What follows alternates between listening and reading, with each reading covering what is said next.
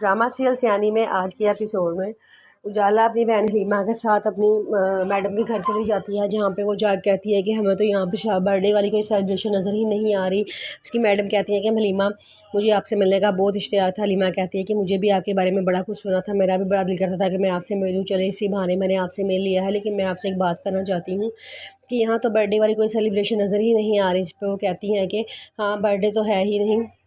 मैं हर महीने उजाला से कहती थी कि उजाला आप मेरे घर आओ, लेकिन ये घर नहीं आती थी। फिर मैंने बहाना बनाया कि चलो बर्थडे का बहाना बना लूँ तो, और इसी बहाने मेरे घर तो आएगी।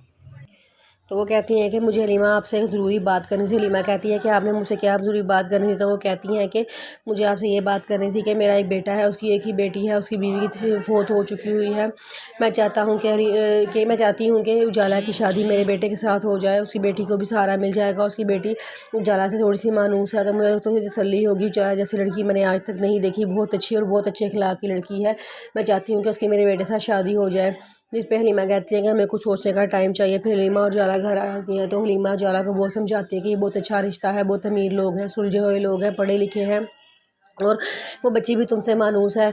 बहुत बड़ी बात है, इतने बड़े घर से तुम्हारे लिए रिश्ता आया है, तुम्हें इनकार फ़ौरन हाँ कर देनी चाहिए। इनकार की कोई वजह ही नहीं बनती, लेकिन अगर तुम्हें कोई और पसंद है तो तुम बता दे सकती हो, मैं तुम्हें कभी नहीं रोकूंगी।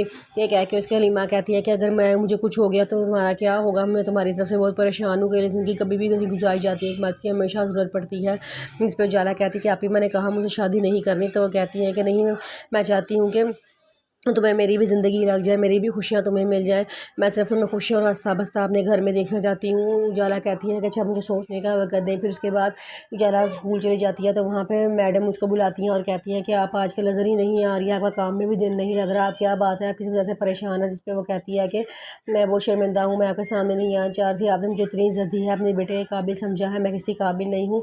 मैंने इतने बुरे हालात देखे हैं कि अब रिश्तों से मेरा एतमाद उठ गया है, अब इंसानियत से ही बल्कि मेरा एतमाद उठ गया है। मैं किसी पे भरोसा नहीं कर सकती। मैडम कहती हैं कि आपको किसी ना किसी पे भरोसा तो करना पड़ेगा ना, आप एक अच्छी इंसान लड़की हैं और मुझे पूरी उम्मीद है मेरा बेटा हमेशा आपको खुश रखेगा, वो आपको कभी खुशी गम तो आपके करीब आने ही नहीं देगा। मेरा बेटा बहुत प्यार करने वाला, बहुत हमदर्द है।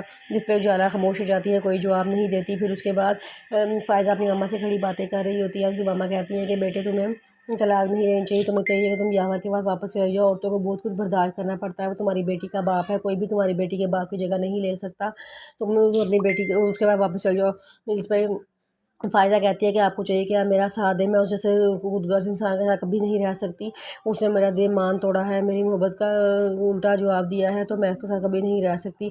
उन्हीं देर में एक पार्सल आता है, उसमें तलाकनामा होता है। तो फ़ायज़ा पार्सल खोलती है तो कहती रोना शुरू हो जाती है, मामा मुझे यावर ने तलाक दे दिया। उसकी अम्मा कहती हैं सब्र करो बेटे, अब कुछ नहीं हो सकता, ये तुम्हारी ही डिमांड थी।